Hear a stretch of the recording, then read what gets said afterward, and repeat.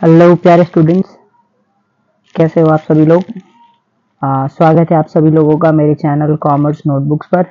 मेरा नाम है राजा मांझी और आज हम लोग एक इंग्लिश ग्रामर का बहुत छोटा और सिंपल सा टॉपिक डिस्कस करने वाले हैं, जो है केस यानी कि कारक। ठीक है, इससे पहले हमें ये समझना ज़रूरी है कि कारक क्या होता है और कैसे काम करता है। ठीक, तो अगर हम कारक की बात करते हैं तो कारक दो तरीके से काम करते हैं, एक नाउन के साथ काम करते हैं और एक प्रोनाउन के साथ काम करते हैं।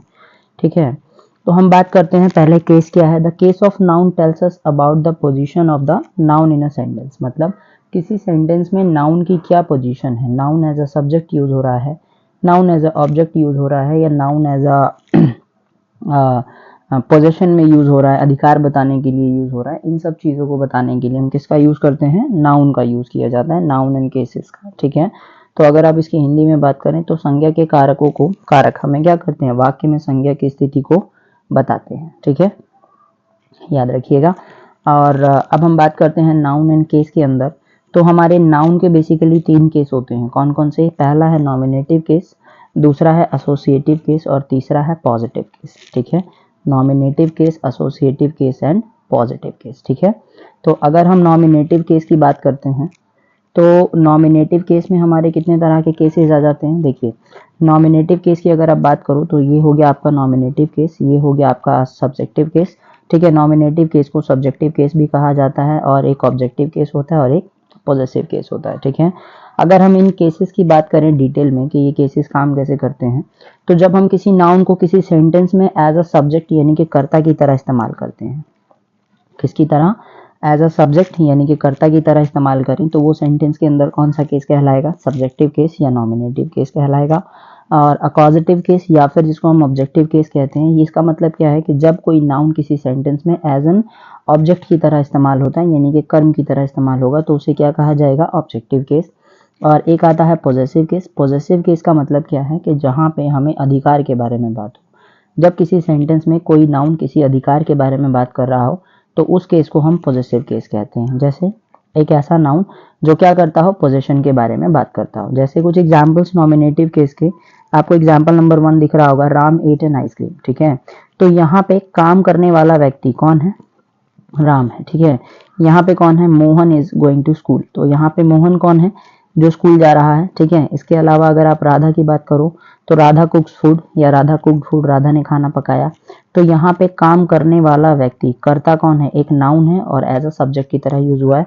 जैसे Ravi plays football, Ravi football खेलता है। तो इन तीनों ही केसेस के अंदर आपको दिख रहे होंगे कि यहाँ पे जो नाउन की तरह जो नाउन है वो एज अ सब्जेक्ट यूज हुआ है, इसीलिए इसे हम लोग नॉमिनेटिव केस कहते हैं। ठीक है, उसके बाद ऑब्जेक्टिव केस के कुछ एग्जाम्पल हैं, जैसे सोहन कुक बिरयानी, तो सोहन ने क्या पकाया, बिरयानी पकाई। ठीक है, तो यहाँ ये जो बिरयानी शब्द इस्तेमाल हुआ है, ये एक्चुअली में एक कौन सा केस बनेगा, ऑब्जेक्टिव केस बनेगा। यू राइट अ लेटर, तुम एक पत्र लिखते हो। यहाँ पे जो ये लेटर शब्द है ये एक नाउन भी है, प्लस ये ऑब्जेक्ट में यूज हो रहा है, इसीलिए ये ऑब्जेक्टिव केस है। She gives flowers. ठीक है, यहाँ फ्लावर्स क्या है, ऑब्जेक्टिव केस में आते हैं। नॉमिनेटिव केस है, यू टेक टी, तो यहाँ टी क्या है, एक नॉमिनेटिव या ऑब्जेक्टिव केस का एग्जाम्पल है। ठीक है, जैसे शाम्स, अब बात करते हैं हम लोग किसकी, पॉजिटिव केस की, पॉजेसिव केस की। तो पॉजेसिव केस के अंदर क्या होता है, श्याम्स बैग हैज लॉस्ट, मतलब श्याम का जो बैग है वो क्या हो गया है, लॉस्ट हो गया है, खो गया है। बात समझ में आई। तो श्याम्स बैग, यहाँ पे श्याम का बैग है, खोया क्या है, बैग, लेकिन वो किसका बैग है, श्याम का, विच मीन्स वो बैग किससे बिलोंग करता है, श्याम से। तो आपको यहाँ एपोस्ट्रोफिस एस देखने को मिलेगा किसी नाउन के साथ। जैसे कैट्स टेल, टेल किसकी है, तो कैट की, तो कैट्स टेल यानी कि बिल्ली की पूंछ। बात समझ में आई।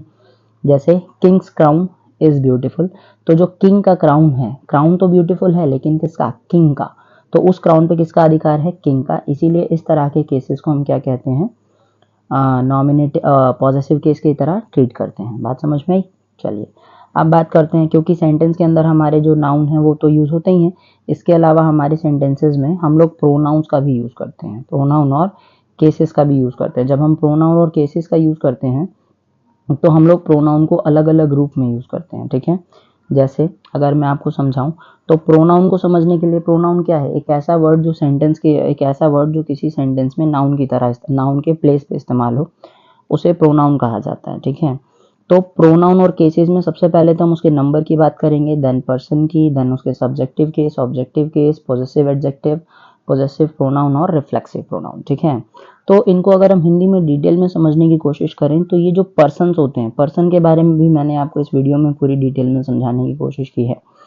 पर्सन क्या होते हैं, तो पर्सन का मतलब होता है, देखिए फर्स्ट पर्सन का मतलब वो पर्सन जो किसी चीज को बता रहा है, बोलने वाला, कहने वाला। तो कहने वाले पर्सन के अंदर ओनली आई और वी दो पर्सन आते हैं जो किसी बात को कहते हैं, ठीक है। उसके बाद आता है सेकंड पर्सन, सेकंड पर्सन में होता है यू यानी कि सुनने वाला। उसके बाद थर्ड पर्सन सिंगुलर प्लूरल और सिंगुलर और प्लूरल की कैटेगरी में थर्ड पर्सन आते हैं, जैसे ही और शी। अगर लड़के की बात होगी तो ही, और अगर किसी गर्ल की बात होगी तो शी, ठीक है। उसके बाद आता है प्लूरल, प्लूरल के अंदर क्या आ जाता है हमारा, दे। अगर हम उन दोनों की ही बात कर लें, उन लोगों की, तो दे का यूज करते हैं, ठीक है। तो प्रोनाउंस के साथ हम केस का यूज कहाँ करते हैं, अगर आपके सेंटेंस के अंदर सब्जेक्टिव केस की आप बात करो कि सब्जेक्टिव केस में प्रोनाउन कैसे काम करेगा, तो अगर मैं की बात करूं, जैसे मैं खाना पकाता हूं, तो यहाँ खाना पकाने वाला पर्सन कौन है, मैं हूँ। काम करने वाला पर्सन कौन है, मैं हूँ। इसीलिए यहाँ पे आई कौन सा केस हो जाएगा, सब्जेक्टिव केस हो जाएगा। हालांकि आई फर्स्ट पर्सन भी है क्योंकि वही बोल रहा है, ठीक है, और आई एज अ सिंगुलर भी यूज हो रहा है। बात समझ में आई। उसके बाद अगर हम बात करते हैं कि उसने मेरे लिए खाना पकाया, she कुक्स food for me, she कुक्स food for me, वह मेरे लिए खाना पकाती है। तो इस सेंटेंस में वह किसके लिए खाना पका रही है, काम किसके लिए हो रहा है, तो मेरे लिए। तो कर्म है इसके अंदर मैं, ठीक है। अगर हम बात करते हैं पॉजेसिव केस की, तो पॉजेसिव केस में आ जाता है माई, माई का मतलब होता है मेरा, ठीक है। पॉजेसिव एडजेक्टिव, अगर माई के बाद जस्ट कोई नाउन यूज हो जाए, जैसे my book, my car, my pen, my subject, या कोई भी आप इस्तेमाल कर सकते हो, माई फादर, माई ब्रदर, तो इसके लिए हम किसका इस्तेमाल करते हैं, माई का, ठीक है। और फिर बात करते हैं पॉजेसिव प्रोनाउन की, तो पॉजेसिव प्रोनाउन में आ जाता है माइन, माइन का मतलब जैसे वह मेरा है, दिस इज माइन, ठीक है। माई और माइन में क्या अंतर है, तो माई के जस्ट बाद हम किसका यूज करते हैं, किसी नाउन का, और माइन डायरेक्टली यूज होता है। उसके बाद जब आपको ये दिखाना हो रिफ्लेक्स के बारे में कि मैं कोई काम, मतलब कोई करता काम खुद ही करता है, जैसे मैंने खाना खुद पकाया, तो आई कुक्ड बाय माई सेल्फ। बात समझ में। तो इस तरह से माई सेल्फ का इस्तेमाल किया जाता है, ये सिंगुलर में होते हैं। अगर आई का ही प्लूरल की बात करें, या तो मैं बोलूंगा या हम लोग बोलेंगे, तो हम के लिए हम किसका यूज करते हैं, वी का, सब्जेक्टिव केस में। अगर ऑब्जेक्टिव केस हमें हम की जगह ऑब्जेक्ट में यूज करना हो, तो हम किसका यूज करेंगे, अस का यूज करेंगे। अगर पोजीशन दिखाना हो, जैसे हमारा घर, हमारा गाड़ी, हमारे दोस्त, तो our friend, our car, our relatives हो जाएगा, ठीक है। इसी का अगर पॉजेसिव इस्तेमाल करना हो कि यह हमारा है, तो दिस इज आर्स हो जाएगा, ठीक है, ये पॉजेसिव प्रोनाउन की तरह। और अगर रिफ्लेक्सिव लेना है तो आर सेल्फ हो जाएगा, जैसे हमने ये काम खुद किया तो we did it our self, ठीक है। इस तरीके से हम इसका यूज करते हैं। उसके बाद आता है प्लूरल। तो देखिए प्लूरल में क्या है, नंबर की बात करें तो यू जो होता है एक प्लूरल की कैटेगरी में आता है, हम उसको प्लूरल रखते हैं, ठीक है। और ये सेकंड पर्सन होता है, मतलब सुनने वाला व्यक्ति होता है। यू कौन होता है, सुनने वाला सेकंड पर्सन होता है। यू के साथ अगर हम कर्म की बात करें तो यू सब्जेक्टिव और ऑब्जेक्टिव दोनों केसेस में यू ही रह जाता है। लेकिन तुम्हारा घर, तुम्हारी गाड़ी, तुम्हारा दोस्त, तुम्हारा भाई, इसके लिए हम किसका यूज करते हैं, योर का, ठीक है। Your book, your car, your friend, जैसे तुम्हारा दोस्त यहाँ आया था तो your friend has come here, ठीक है। इस तरीके से बात समझ में। अब हम बात करते हैं किसकी, योर्स की। योर्स का मतलब हो गया यह किसका है, तो तुम्हारा, क्या ये तुम्हारा है, इज दिस योर्स। इस तरीके से जब हम बात करते हैं पॉजिटिव प्रोनाउन की, तो हम किसका यूज करते हैं, योर्स का। अगर हम बोलते हैं योर सेल्फ का मतलब ये काम आप लोगों ने खुद अपने आप किया है, बात समझ में आई। तो यहाँ पे हम योर सेल्फ का इस्तेमाल करेंगे, ठीक। ये प्लूरल कैटेगरी में होते हैं। फिर आते हैं थर्ड पर्सन। थर्ड पर्सन वो होते हैं जिनके बारे में बात कर रहे होते हैं हम लोग, ठीक है।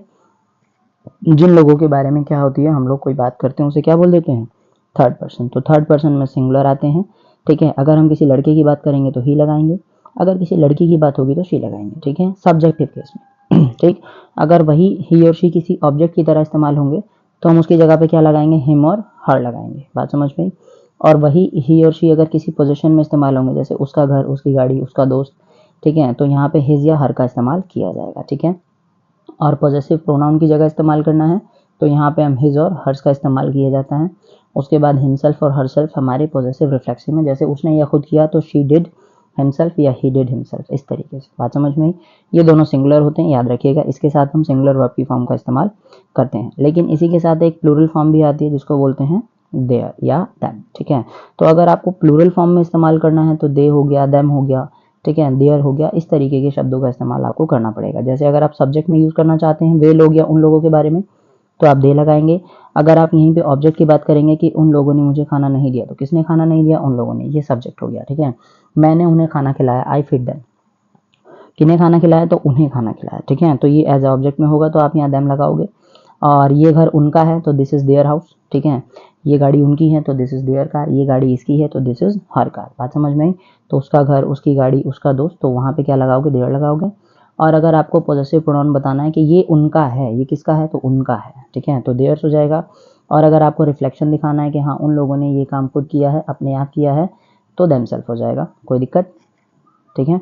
चलिए, अब इन्हीं को हम सेंटेंसेस में आगे यूज़ करने वाले हैं, इसीलिए मैंने आपको पहले ही बता दिए। हम लोग बहुत जल्द टेंस और वॉइस की जो सीरीज़ है उसको लेकर के आने वाले हैं इंग्लिश ग्रामर में। मैं आपको पूरा टेंस का वीडियोस बना करके अपलोड करने वाला हूँ। और टेंस के साथ साथ हम लोग वॉइस और नरेशन को भी क्या करेंगे? टचअप करेंगे, थोड़ा थोड़ा बेसिक कॉन्सेप्ट समझेंगे वॉइस और नरेशन का भी, ठीक है। तो फर्दर वीडियोस हमारी इसी टॉपिक पे आने वाली हैं। इसीलिए मैंने आपको ये नाउन और केस के टॉपिक पहले बता दिए, क्योंकि ये नाउन और केस के टॉपिक बहुत इजीली इस्तेमाल किए जाते हैं और इनके बिना आपका काम नहीं चलने वाला है, ठीक है।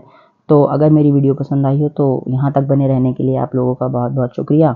और वीडियो के साथ आगे कंटिन्यू जुड़े रहिएगा, ठीक है। हम लोग नाउन और वॉइस की जो वॉइस है, टेंसेज हैं और नरेशन है, इसकी जो पर्टिकुलर सीरीज़ है उसको और आगे लेकर के आने वाले हैं। और तब तक के लिए आप वीडियो के साथ जुड़े रहिएगा, हमारे चैनल के साथ जुड़े रहिएगा। और वीडियो पसंद आई होगी तो लाइक, शेयर एंड सब्सक्राइब ज़रूर करिएगा, ठीक है। तब तक के लिए जय हिंद दोस्तों। और इस तरह के PDF नोट्स को अगर आपको डाउनलोड करने हैं तो आप मेरे एक्सेस एकेडमी अंदर चैनल पे जा कर के PDF को डाउनलोड कर सकते हैं। तब तक के लिए जय हिंद दोस्तों।